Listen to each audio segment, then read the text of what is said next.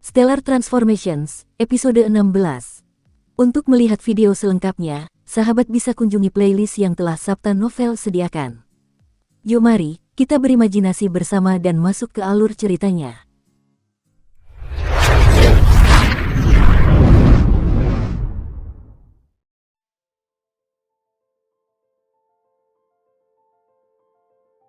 Sampah, sampah, sampah, bang. Batu tinta itu terlempar ke tanah dengan keras dan hancur total. Siang Guang menatap pria berhidung bengkok itu seperti binatang buas yang ingin menelan orang dan dengan marah menegur, "Dasar sampah." Bahkan Zhensu sudah terbunuh. Apa yang sebenarnya terjadi? Kau harus menceritakan semuanya kepadaku secara terperinci. Kalau tidak, kau tidak akan menjadi kepala dinas rahasia lagi. Siang Guang sangat marah hingga dia menjadi bingung. Jantung si hidung bengkok berdebar kencang. Sebagai kepala dinas rahasia yang mengetahui banyak rahasia tentang kaisar, jika dia tidak lagi memegang jabatan ini, hanya akan ada satu hasil, dia akan dihapus. Sebuah ide muncul di benaknya. Dia segera membungkuk dan berkata, "Yang mulia, menurut penyelidikan saya, membunuh Zhensu adalah salah satu misi kartu emas Heavenly Net. Meskipun kita tidak tahu siapa yang melakukan misi tersebut, berdasarkan tempat kejadian, kita dapat memastikan satu hal, yaitu pembunuh Zhensu adalah pembunuh kartu perak." "Sampah, aku tahu betul tentang kekuatan Zhensu, pembunuh kartu perak." "Omong kosong, bahkan bawahannya, saudara laki-laki dan perempuan Nalan, akan mampu menghadapi pembunuh kartu perak dengan mudah. Keduanya adalah ahli Xiantian dan Zhensu bahkan jauh lebih kuat dari mereka dalam hal kekuatan keseluruhan. Kamu mengatakan 3 orang seperti itu telah dibunuh oleh pembunuh kartu perak. Apakah kamu pikir aku bisa mempercayainya? Atau mungkin, kamu pikir aku idiot?" kata Siang Guang sambil menatap pria berhidung bengkok itu. Pria berhidung bengkok itu tersenyum getir dalam hatinya. Ia mengatakan yang sebenarnya, tetapi kaisar tidak mempercayainya. "Yang mulia, Zhensu sangat berkuasa. Keamanan pribadinya sepenuhnya diurus oleh dirinya sendiri, jadi saya tidak tahu apa-apa tentang itu. Kali ini ada topeng pembunuh kartu perak yang tertinggal di tempat kejadian setelah dia terbunuh, tetapi saya pikir pembunuhnya pasti pembunuh kartu emas yang membingungkan Zhensu dengan mengenakan topeng keperakan. Zhensu hanya dibunuh setelah ditipu untuk meremehkan musuhnya," kata pria berhidung bengkok itu dengan tergesa-gesa. Siang Guang merenung cukup lama. Melihat Siang Guang tampaknya tidak mempercayainya, pria berhidung bengkok itu muncul dengan sebuah ide dan berkata, "Yang mulia, ada kemungkinan lain, yaitu Pangeran Penakluk Timur Qin De tidak suka dihalangi oleh Zhensu sehingga ia mengirim para ahli kelas atas untuk membunuhnya. Bahkan pecahan topeng keperakan itu mungkin digunakan oleh Pangeran Penakluk Timur untuk membingungkan kita." Pria berhidung bengkok itu berpikir dalam hati, "Pangeran Penakluk Timur, maaf. Pada saat genting ini aku hanya bisa memaksakan segalanya padamu." Pria berhidung bengkok itu mengerti dengan sangat jelas bahwa, karena Siang Guang selalu curiga pada Qin De, jika dia menyalahkan segalanya pada Qin De, dia mungkin akan berhasil. Memang, benar, pasti Qin De. Dia ingin memberontak tetapi dia khawatir Zhensu akan mengetahuinya jadi dia mengirim seseorang untuk membunuhnya. "Dia takut aku akan mengetahui perbuatannya jadi dia mencoba menipuku dengan topeng perak yang rusak. Si idiot ini, kenapa dia tidak menggunakan topeng emas yang rusak? Bukankah itu akan membuat semuanya lebih masuk akal?" Siang Guang berbicara pada dirinya sendiri, matanya berkilauan karena dingin. "Namun, aku tidak semudah itu ditipu. Qin De, kamu ingin memberontak, aku tidak meragukannya. Kali ini kamu membunuh Zhensu, mematahkan salah satu sayapku. Bagus, bagus." Siang Guang sangat marah. Zhensu sangat penting baginya. Selama lebih dari 20 tahun terakhir, setiap kali Siang Guang mengalami kesulitan dalam mencari tahu apakah seseorang tidak setia atau memusuhinya atau memiliki harta yang banyak dan sebagainya, ia selalu mengirim Zhensu untuk menyelidiki dan menangani masalah tersebut. Dan Zhensu tidak pernah mengecewakannya. Dengan adanya Zhensu, Siang Guang dapat duduk santai dan beristirahat.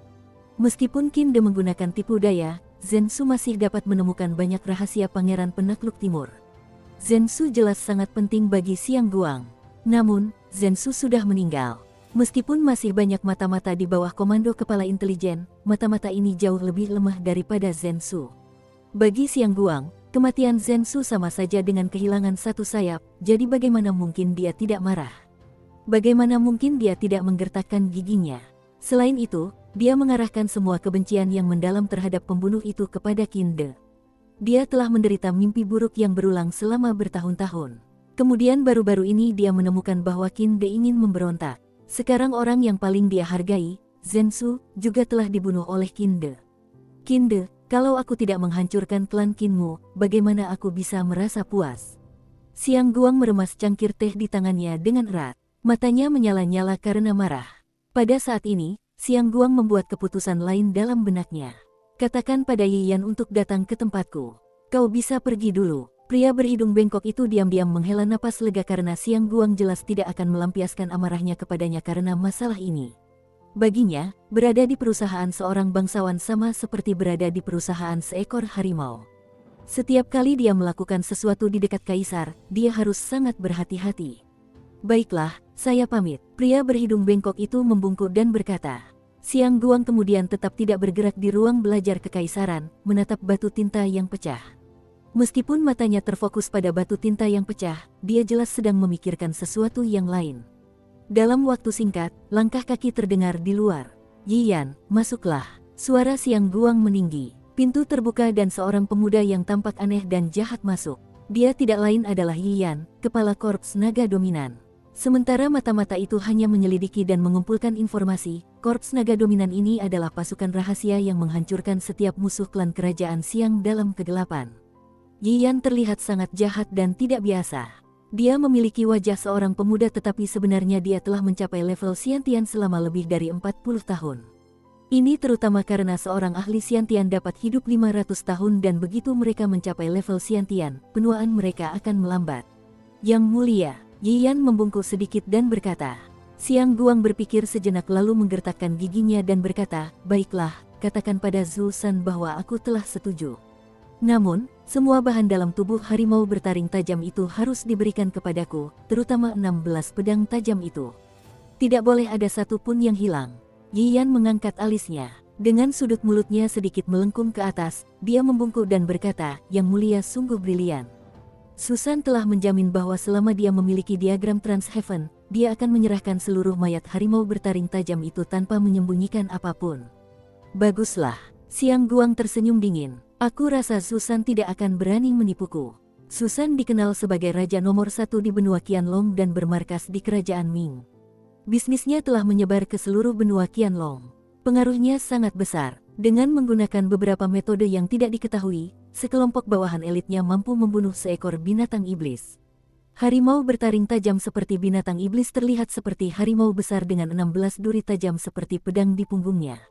Semua duri itu sangat tajam dan kekuatannya dapat menandingi senjata kelas Xian yang tinggi. Lebih jauh lagi, cakar tajam harimau bertaring tajam dapat diubah menjadi senjata. Oleh karena itu, membunuh harimau bertaring tajam sama seperti menemukan gudang harta karun hidup. Mungkin hanya Sang Xian yang bisa sekuat harimau bertaring tajam. Entah metode apa yang digunakan Zhu San untuk membunuh satu harimau. Yang mulia, Raja Zhu San punya banyak sekali markas rahasia. Karena kali ini mereka membunuh harimau bertaring pedang di Wilderness, mereka saat ini tinggal di markas rahasia di kota dekat Wilderness. Mereka tidak bisa secara terbuka mengangkut harimau itu ke dinasti Ming, jadi mereka tidak punya pilihan selain memotongnya di kota itu terlebih dahulu lalu membawa kembali potongan-potongan tubuhnya. Namun, kota itu tidak lain terletak di 3 wilayah timur. Yiyan membungkuk dan berkata. Mendengar ini, Xiang Guang juga mengerti bahwa masalah ini agak merepotkan.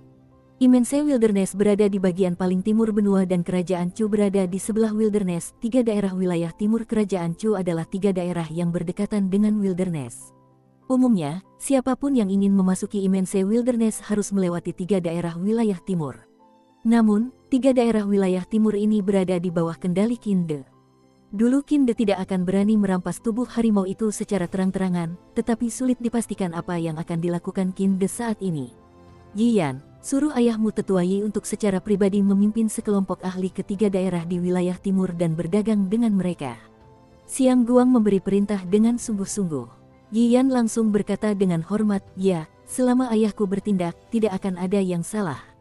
Xiang Guang tiba-tiba tertawa terbahak-bahak, haha, aku hanya punya diagram Transheaven kedua. Tanpa mengumpulkan ketiga diagram Transheaven, mustahil untuk mengetahui teknik misterius yang samar itu darinya. Selain itu, sepanjang sejarah, banyak orang berbakat termasuk bahkan para Xiuzenis telah memperoleh diagram atau mengumpulkan ketiganya tetapi tidak seorang pun pernah mengetahui rahasianya. Aku hanya punya satu diagram jadi tidak ada gunanya. Menukar satu diagram Trans-Heaven yang tidak berguna dengan harimau bertaring pedang juga dapat dianggap sesuatu yang layak dilakukan. Yiyan membungkuk dan berkata, Susan itu hanya suka mengumpulkan harta karun. Dia hanya ingin mengumpulkan satu diagram untuk memuaskan rasa ingin tahunya. Baiklah, Yiyan, kali ini tidak boleh ada kesalahan. Dengan mendapatkan harimau bertaring pedang itu, aku akan memiliki cukup banyak senjata kelas Xian yang tinggi. Tidak hanya Tetua Yi, kamu juga harus mengirim beberapa ahli Xiantian lagi. Ingat, tidak boleh ada kesalahan, kata Xiang Guang lagi. Jika tubuh harimau bertaring pedang itu direnggut oleh Qin De, itu sama saja dengan Xiang Guang sendiri yang memberikan hadiah pernikahan kepada Qin De. Dengan memberikan Qin De sejumlah senjata bagus alih-alih mendapatkannya sendiri, Xiang Guang jelas tidak akan membiarkan kemungkinan ini terjadi. Jangan khawatir, Yang Mulia. Saat ayahku mulai beraksi, dia tidak akan mengecewakanmu. Yiyan membungkuk dan berkata. Memikirkan ayah Yiyan, Tetua Yi, Xiang Guang juga merasa tenang. Di sebuah kota di 3 daerah di wilayah timur, ada sebuah rumah pribadi kecil yang dibeli oleh Qin Yu. Ketika ia menjadi pembunuh bayaran kartu perak, ia telah memperoleh banyak uang sehingga ia membeli lebih dari 10 rumah di 3 daerah di wilayah timur agar mereka dapat menyediakan perumahan untuknya. Bibi Zhang, tidak perlu membawanya ke aula. Taruh saja langsung di atas meja batu ini. Hari ini aku akan makan malam di halaman, kata Qin Yu sambil tersenyum. Sekarang Qin Yu sudah berubah kembali ke wujud aslinya. Namun, elang hitam itu sudah pergi entah kemana untuk mencari makanan. Seorang bibi yang mengenakan jaket katun putih besar meletakkan makanan di atas meja batu di samping Qin Yu sambil tersenyum lebar. Xiao Yu, kalau begitu nikmati makananmu di sini. Aku akan kembali sekarang. Bibi Zhang ini dari hotel dekat sini. Ketika Qin Yu tinggal di sini untuk memulihkan tubuhnya, dia biasanya memberitahu orang-orang hotel untuk membawa makanan langsung ke rumahnya. Dia juga sangat bebas. Lagi pula, ayahnya Qin De, kakak laki-lakinya, dan saudara laki-lakinya yang kedua sedang mempersiapkan diri untuk wajib militer bersama-sama sedangkan Qin Yu tidak bisa ikut serta. Untunglah aku memiliki aliran jernih misterius dari air mata meteorik. Kalau tidak, hanya Tuhan yang tahu kapan lengan kiriku akan bisa pulih. Qin Yu tidak bisa menahan erangan dalam benaknya saat dia melihat lengan kirinya sendiri. Lengan kiri Qin Yu tertusuk 2 lubang oleh cahaya yang ditembakkan Zhen Su dari jari-jarinya sebelum ia meninggal. Luka-luka ini sangat serius, tetapi berkat berbagai aliran jernih dari meteorik tir yang menembus lengan, luka-luka yang mengejutkan ini tiba-tiba pulih dengan sangat cepat. Hanya dalam waktu 3 hari, hanya ada bekas luka dangkal yang tersisa di lengan kiri Qin Yu dan bukan 2 lubang yang mengejutkan seperti sebelumnya. Tidak lama setelah dia selesai makan malam, elang hitam kembali. Xiao Hei, kau masih ingat untuk kembali, bocah. Kau pergi kemarin tetapi baru sekarang kau kembali. Sungguh, kau menemukan seekor elang betina yang cantik, bukan? Melihat seekor elang betina, kau langsung melupakanku. Kau benar-benar elang yang mesum. Qin Yu memukul kepala elang hitam itu dengan sumpit dan berkata sambil tertawa. Begitu elang hitam mendengar itu, ia tidak dapat menahan diri untuk mengangkat kepalanya, tampak sangat meremehkan. Jelaslah bahwa elang hitam hanya memandang rendah elang betina biasa. Hah, kau masih saja sombong. Ah, aku sudah pulih selama 3 hari terakhir jadi aku belum memeriksa diagram Trans-Heaven itu. Mata Qin Yu berbinar, dia segera masuk ke dalam rumah. Elang hitam itu berkedip penasaran beberapa kali dan juga mengikutinya ke dalam rumah. Hah. Qin Yu mengulurkan tangannya dan membentuk cakar. Ia meraih batu besar seperti bata di lantai rumah. Dengan lambaian tangan yang ringan, balok batu itu terlempar ke satu sisi. Di bawah tempat semula balok batu itu, terdapat 2 kotak besi. Qin Yu mengeluarkan salah satunya. Diagram Trans-Heaven, aku pernah mendengarnya tetapi belum pernah melihatnya. Qin Yu tertawa terbahak-bahak, tangannya terus-menerus menusuk kotak besi itu beberapa kali. Setelah bunyi klak, sebuah lubang kunci muncul di kotak besi itu.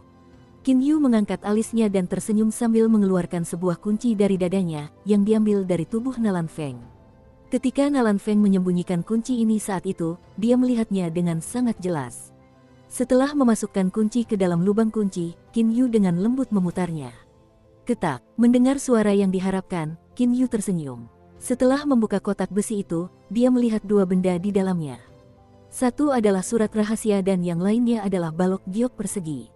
Balok giok itu memancarkan cahaya warna-warni yang lembut dan jelas berbeda dari balok giok biasa. Sangat luar biasa. Surat rahasia. Untuk Xiang Guang, Qin Yu merobek amplop dan mengeluarkan surat itu. Dukung terus channel YouTube Sabta Novel. Saat dia membaca surat itu, wajahnya sedikit berubah warna. Isi surat rahasia ini sebagian besar tentang dua hal. Pertama adalah diagram Transheaven, dan yang kedua adalah pemberontakan Kinde. Surat itu menggambarkan dengan sangat rinci beberapa tindakan pemberontakan oleh Kinde dan bahkan berisi informasi tentang beberapa pasukan khusus dari 3 daerah wilayah timur. Qin Yu berpikir sambil mendesah, "Phew, sangat berbahaya. Penyelidikan Zhensu ini sangat jelas dan terperinci. Ada banyak hal yang bahkan aku tidak tahu. Jika Xiang Guang tahu tentang itu akan mengerikan. Untungnya aku menghentikan surat ini." Namun, Qin Yu tidak tahu bahwa pada umumnya Zhensu hanya dapat meninjau informasinya dan menulis surat rahasia tentang hasil penyelidikannya yang terbaru setelah beberapa waktu. Kisah beberapa pasukan khusus dari 3 daerah wilayah timur dalam surat yang dicegat oleh Qin Yu ini merupakan pencapaian terbesar Zhensu selama tinggal di 3 daerah wilayah timur. Beberapa pasukan khusus akan menghasilkan efek khusus dalam perang. Pasukan kejutan harus menyerang musuh tanpa persiapan. Namun, jika musuh mengetahui keberadaan pasukan ini dan membuat persiapan terlebih dahulu, maka unsur kejutan tidak akan ada lagi. Sayangnya, Xiang Guang tidak akan pernah tahu informasi ini. Bagaimanapun, Zhensu sudah meninggal dan surat ini juga disadap. Bahkan jika dia mengirim orang lain ke 3 daerah di wilayah timur untuk menjadi kepala intelijen di sini, akan sulit bagi mereka untuk mencari tahu sesuatu.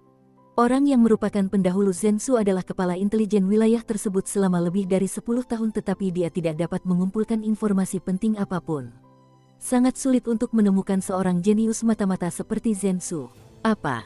Tangan kanannya mencengkeram. Hembusan udara yang kuat melingkari telapak tangannya dan mengubah surat itu menjadi bubuk. Surat itu telah dihancurkan. Si anjing kotor Xiang Guang itu tidak akan pernah tahu apa-apa tentang itu, pikir Qin Yu. Matanya tidak dapat menahan rasa dingin. Dia tahu ibunya dibunuh oleh si anjing kotor Xiang Guang dan dia harus membalas kematian ibunya. Bagaimana mungkin dia tidak membenci Xiang Guang? Degup, degup, 2 suara keras dan jelas yang muncul menarik perhatian Qin Yu. Begitu dia melihat, dia menjadi sangat khawatir. "Xiao Hei, jangan main-main. Paruhmu sangat tajam. Apakah kamu ingin menghancurkan diagram Transheaven ini?" Saat Qin Yu berkata, dia membuat Xiao Hei menjauh dengan mendorongnya. "Bagus, tidak rusak." Qin Yu melihat diagram Transheaven. Hanya ketika dia melihat bahwa balok giok persegi dari diagram Transheaven ini masih utuh, dia diam-diam menghela napas lega. Dia berbalik dan menatap Xiao Hei dengan marah. Namun, Xiao Hei mengepakkan sayapnya beberapa kali dan menggelengkan kepalanya, tampak sangat puas. 3 blok batu giok persegi Transheaven telah ada selama entah berapa tahun. Harta karun ini bukan batu giok biasa sehingga tidak akan mudah hancur. Aku tidak akan membuang waktu denganmu. Sekarang aku akan meneliti diagram Transheaven ini sekali. Sambil memegang diagram Transheaven, Qin Yu keluar dari kamar dan memasuki halaman. Di malam hari, dia paling suka bermandikan cahaya bintang. Berada di bawah langit berbintang di larut malam memberinya perasaan yang berbeda. Hari sudah gelap belum lama ini, tetapi Qin Yu tidak memiliki masalah dalam melihat diagram Transheaven. Ini adalah diagram Transheaven. Apa masalahnya? Tidak ada yang lain kecuali beberapa gambar. Qin Yu memperhatikan diagram itu dengan saksama untuk waktu yang lama dan bahkan melakukan pemeriksaan mendetail dengan indera sucinya, tetapi dia tidak menemukan apapun selain gambar-gambar itu di permukaannya. Permukaan balok giok persegi itu mempunyai kata-kata diagram trans surga pertama, yang bahkan ditulis dalam bahasa umum benua Qianlong. Ada berbagai gambar kecil pada balok giok persegi di bawah kata-kata itu, totalnya ada 36 gambar yang sangat kecil. Setiap gambar adalah seorang pria yang sedang melakukan suatu gerakan. Semua gerakannya sangat aneh. Setidaknya menurut Qin Yu begitu. Kecuali 36 gambar ini, tidak ada yang lain. Apa sebenarnya diagram Transheaven ini? Diagram Transheaven pertama hanya memiliki 36 gambar. Pria dalam 36 gambar ini bahkan tidak memiliki jalur untuk sirkulasi energi internal. Hanya ada 36 gerakan aneh. Mungkinkah saya hanya perlu mempelajari gerakan-gerakan ini? Kata Qin Yu ragu-ragu. Dia tahu bahwa selama bertahun-tahun 3 diagram Transheaven telah dimiliki oleh banyak orang, tetapi tidak seorang pun pernah menemukan rahasianya. Jika rahasianya hanya mempelajari gerakan dalam gambar, mungkin itu akan dikuasai dalam waktu kurang dari setahun. Qin Yu memeras otak dan mencoba segala cara untuk meneliti diagram tersebut, tetapi hingga bulan terbit di atas pepohonan, dia masih belum menemukan solusi apapun setelah membuang-buang setengah malam. Lupakan saja. Mari kita coba pelajari gerakan-gerakan ini terlebih dahulu untuk melihat apakah ada manfaatnya. Qin Yu tiba-tiba berdiri. Berkat indera sucinya yang luar biasa, ia mengingat setiap gerakan dari 36 gambar dengan tuntas. Ia mulai mempelajari gerakan-gerakan tersebut dalam urutan yang tepat sekaligus. Kelenturan dan ketangguhan tubuhnya benar-benar sangat baik, tetapi meski begitu, dia masih merasa sangat aneh saat mempelajari gerakan-gerakan aneh tersebut. Namun, ia mengendalikan emosinya dan mempelajari satu gerakan demi satu gerakan. Karena kelenturan dan ketangguhan tubuhnya sangat baik, meskipun gerakan-gerakan ini aneh, ia mempelajarinya dengan sangat cepat. Satu demi satu, gerakan-gerakan itu dilakukan. Apa yang terjadi? Apa yang terjadi dengan energi suci dunia? Qin Yu terkejut saat mengetahui bahwa, saat ia melakukan gerakan dengan tubuhnya, berbagai aliran energi suci memasuki tubuhnya dari segala arah lalu langsung meresap ke dalam daging dan tulangnya. Kecepatan penyerapannya sangat cepat, jauh lebih cepat daripada kecepatan penyerapan energi internal. Ketika energi internalnya tersebar dari dantian, dagingnya hanya dapat menyerap sebagian saja. Sebaliknya, energi suci dunia meresap melalui tubuhnya secara langsung dan pada dasarnya tidak tersebar. Apa yang sebenarnya terjadi? Apakah rahasia diagram Trans-Heaven sesederhana itu?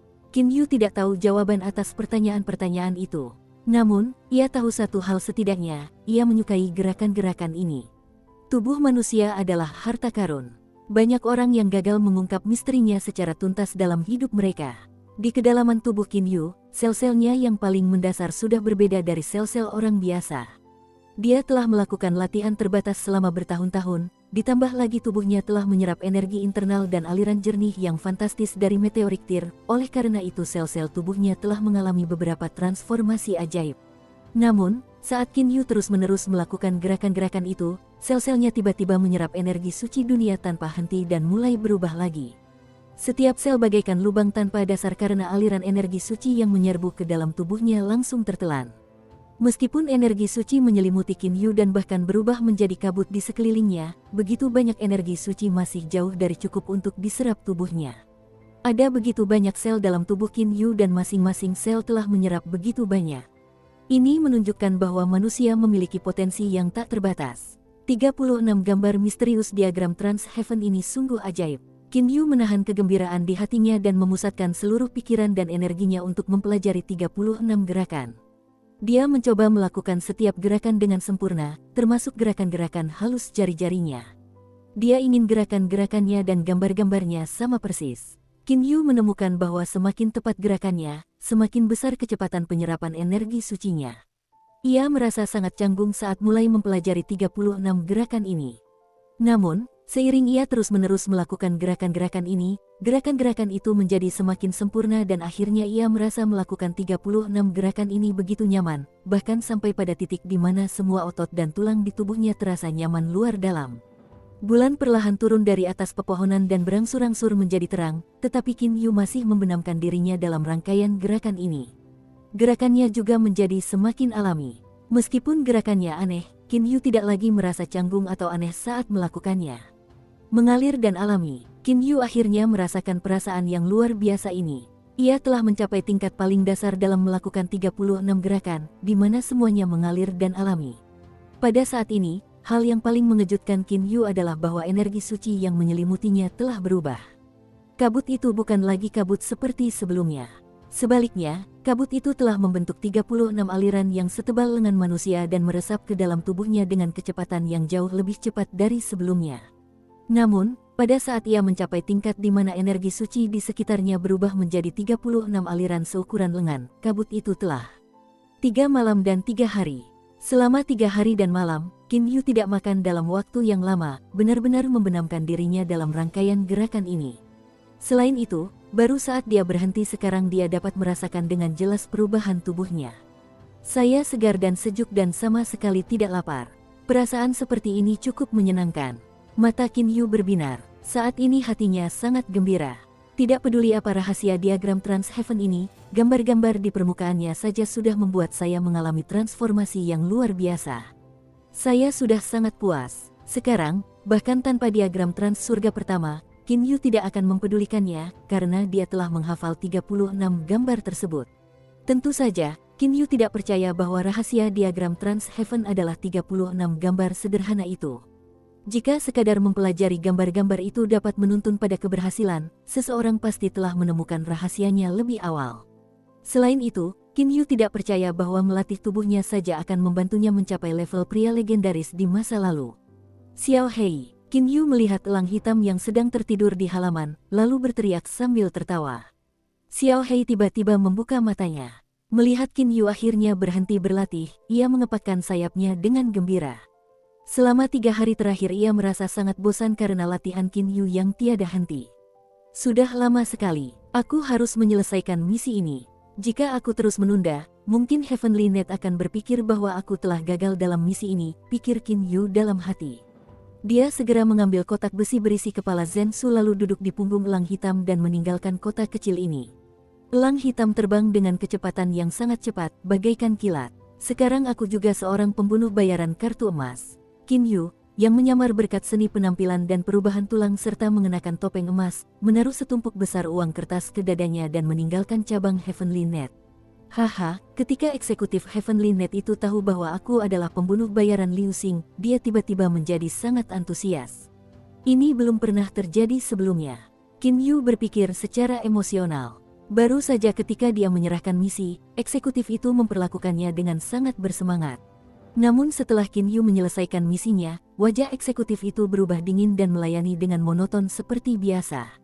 Tidak heran Qin Yu begitu emosional. Namun, Qin Yu tidak tahu bahwa pembunuh bayaran kartu emas memiliki status yang sangat tinggi. Terlebih lagi, bahkan pembunuh bayaran kartu emas dibagi menjadi kelas atas, kelas menengah, dan kelas bawah.